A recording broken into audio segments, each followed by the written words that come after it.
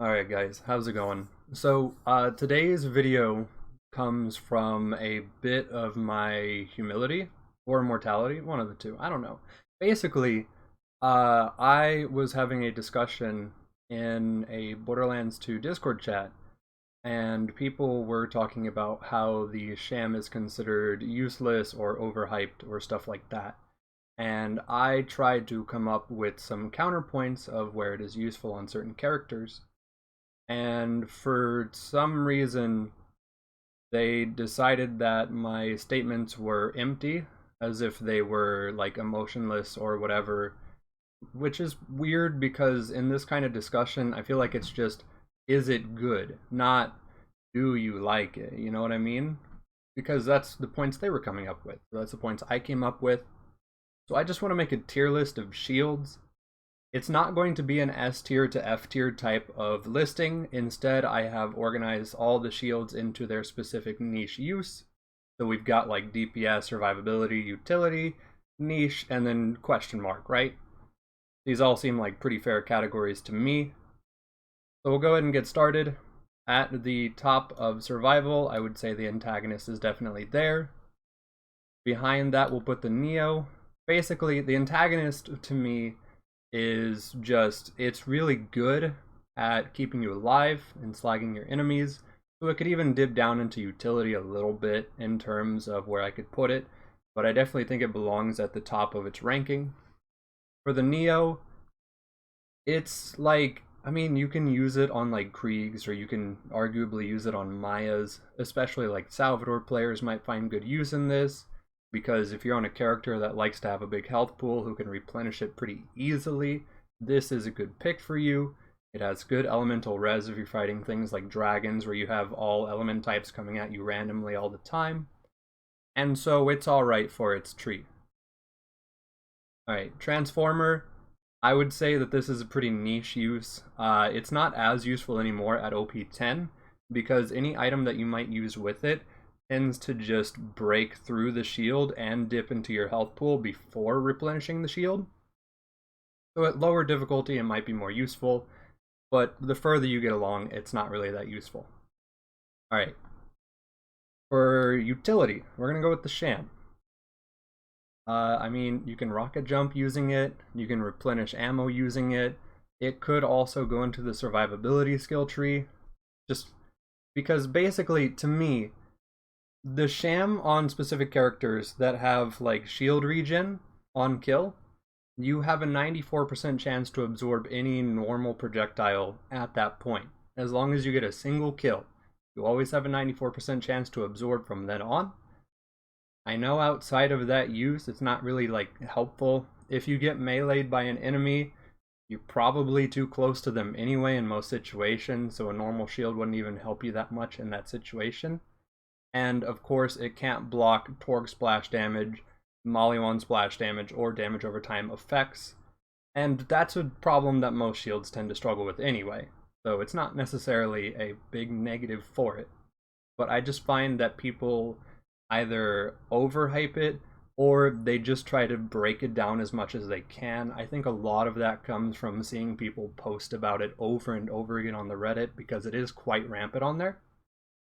But I think it is a top tier utility. Alright, Flame of the Firehawk, we're going to put it in the DPS category, because you can wear it on like a Salvador for a little bit of supplemental damage while you're doing Gunzerk to heal a little bit more. You can use it on Krieg to get your Hellborn going on. You might arguably be able to use it on other characters just for a little bit of extra spot damage here and there. Stuff like that, you know. So it's alright. It'll probably go lower in the ranking as we keep going on. And then the Whiskey Tango. This is going in the I don't know what they were thinking category. That's exactly what this category is for. It's not like, it'll kill you more than it'll help you, you know? It's not really useful. Alright, and then next, we're going to put the Fabled Tortoise in the utility category. It is more accessible than a sham is, for sure, because you can use a low-level version of the Tortoise, which means that you can get it really early on in your playthrough, and then you can just hold on to it for later. You wear it with the comm that breaks shields down, and then you have the permanent move speed buff from it. So it's really useful for that. Overall, the Sham still has more multi-purpose use, like being able to traverse and regenerate rocket ammo and other stuff like that. So it's going to go behind the Sham, but it's still pretty good. The Black Hole, I'd say it goes below the Transformer in terms of niche use, maybe even above it. They're kind of tied with each other here. So I could see it going either way. The Black Hole is a fun thing to use temporarily if you're playing like a gauge and you want to use like Blood-Soaked Shields to just constantly Nova people in and just DPS and stuff like that. Might be able to use it on other characters temporarily too to get extra damage and maybe some survivability that way, because the implosion will keep mobs from firing temporarily while it pulls them. But besides that, I don't see much great use for it. Alright. Obvious choice. The B. It's just the B, you know? It's hard to outmatch the DPS that a B supplements you with, especially if you're using a weapon with unlisted pellets. It's just too good, you know? Like, it's too good for its own. Like, it just is. It's good. I don't know. You don't, like, there's no real argument about that. The only downside is if you get hit, you're not going to be able to deal damage from it, but usually you just use this for bossing anyway, so you're not getting hit too often, and whenever you are, it's like you just get hit once, you wait for your shield, and then you're good, and then that's it, right? If you're using this inside of combat, stay far away, phase lock, put turrets to where they're distracted, be invisible if your name's Zero, just whatever you can do to make it useful in mobbing, but it really just shines more in bossing to me. Cradle. Doesn't do damage. You can take an OP10 Cradle to a first playthrough Snowman, or like any other mob at that point, and it won't even kill them. It won't. It'll be an OP10 shield dealing with like level 15 mobs or a boss, and it still won't manage to kill them. I don't know what they were thinking here. It was just like, why, you know? So it probably deserves to be at the very bottom. Crack Sash. I mean, in terms of survivability, it's a shield that can tank a single hit, maybe two later on, and then immediately replenish afterward. So it's very useful. Once again, the antagonist would outshine it for this purpose, though, because it's just a shield with more built-in beef overall. So probably lower on the list.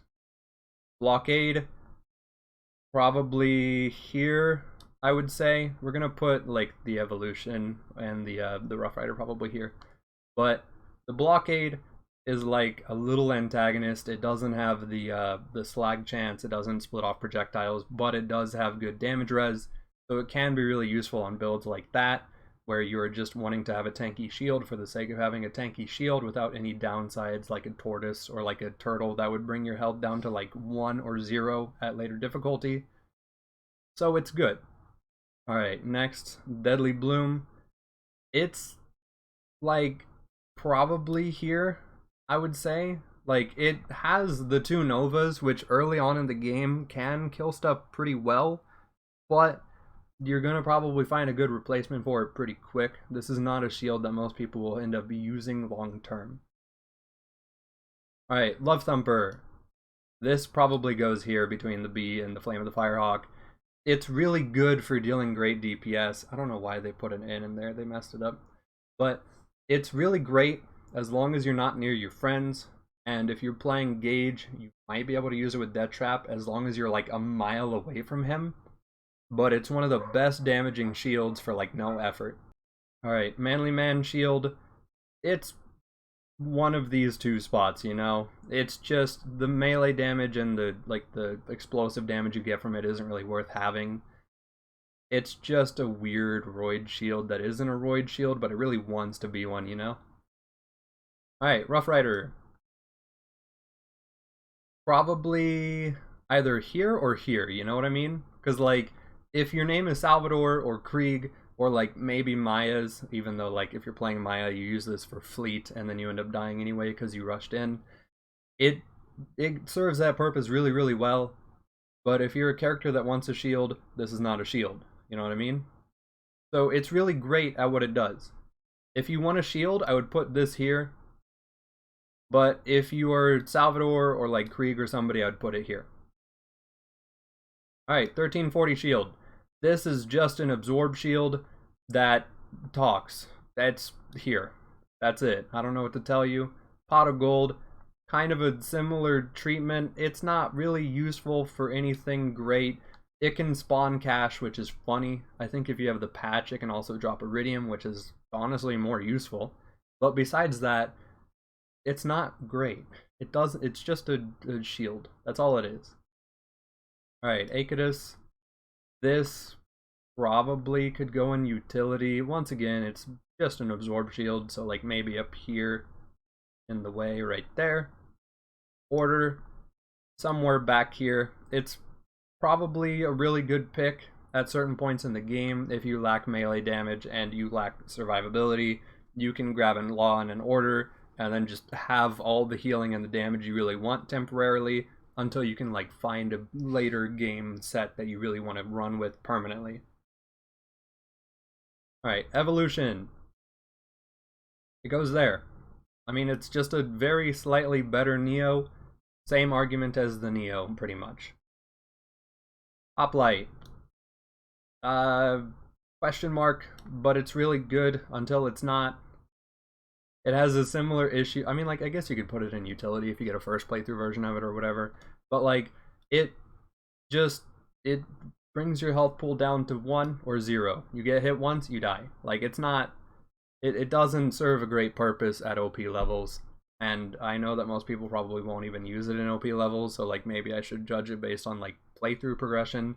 But even then, it just slows you down, and it isn't really worth using. Alright, so this is Editing Mason here. I'm on my trash recording software. Just to remind you that the Hoplite can in fact be used for DPS, because you can use it to lower your health down to 1 on Axton, and then wear a B shield, so that you can use your pressure skill to throw Tediors faster for boss killing. So, in terms of DPS, you could put it on the DPS tree, probably somewhere towards the back still, but it is still useful. Okay, have fun. Alright, the Punchy. Probably here or here. I know it probably has slightly higher damage than the Order, or slightly less. It's one of those two. But I think the Order provides more whenever you use it with the Law, because you can get that healing once again. But the Punchy is in fact still an incredibly good melee. Alright, Big Boom. If your name is Axton, it goes here. If your name is not Axton, probably goes here. I mean, just rocket and nades, really nice to have. You can get rockets here. You can only get the nades here. You could also loot nades, so like, kind of give and take, you know. It's really good at what it does if your name is Axton and you want to throw more grenades without having to go loot more grenades, because you can just get your little supplemental thing and just have nades that way. But outside of that, not really that much use. Probably even put it in niche, maybe at the top of the ranking, or just where it is in utility. Alright, the Sponge. Honestly, it might go here. Now, the Sponge is just like half of a sham with way more shield capacity and a chance to have an elemental dot immunity on it. So you have like a 50% chance to absorb, and then you can ignore like corrosive dots, which are like the most threatening in late game because they last the longest and as such can get through health gate way more frequently. So it's useful to have. Is it better than like an antagonist in terms of survivability, or like a Blockade? Probably not. But for the characters that can use it outside of like using a sham, it's probably like your second best pick there if you want an absorb shield specifically. Impaler, I mean, like, it's a DPS. It's kind of a question mark, but it's also a DPS. We can just put it way up here at the bottom of the list. It won't move any further. Honestly, if there were more items, I'd put it like way out here probably. But like, it can hurt stuff. In progression, it can hurt stuff, but like, it will never get you kills or anything like that. So it's just kind of like, it's there, but it's not great, you know? Alright, Height of Terra. I mean, if you have the ability to strip shield, it's great. It's incredible. If you're playing solo and you don't want to focus on like breaking shield all the time and just want to punch stuff, obviously Love Thumper would be better for that. But if you're playing with a team, or if you just want the min-maxed amount of melee damage you can deal with the shield, Hide of Terra. Now, this is the entire list, but of course there are probably a couple other things you could do with like purple shields. Like you can move an absorb shield like a normal purple over here in utility. You could put like your Tediors and your whatever else over here. Tedior like Pangolin, Anshin, stuff like that would go here. Other amp shields would be like at the very bottom of the DPS list because they end up hurting themselves every single time you use them, so it's kind of just weird to have. And then you could spread everything else out wherever it belongs, you know, like dolls could be here probably, or maybe even at the end of survivability too. And that's pretty much it. So yeah, once again, this list kind of just is personal preference in terms of what I have seen as I play the video game. It is not a be-all end-all. This is sprouted out of hearing somebody basically try to, like, I wouldn't say defame a shield that I find to be quite useful, but I would say that it was similar to that. So yeah, I mean, this is the list. This is how I view it. Once again, no S to F tier, because I don't really think that it works like that very well. And even if you did, a lot of these would be like towards your A tier shield. Some of them would be more like your C tier because they'd be more average, like, you know, the Achatus or some other shields like that. Your crack Sash could probably be like a B tier, stuff like that. Everything else would be pretty well up there. Most of the question marks would probably be like D tier for the most part. But that's it. So that's my list. Hope everyone has a nice rest of their day. Thank you for hanging out. Sorry to the guy that, I don't know if he thought we were having an argument or like what he was trying to do, but like, I respect you.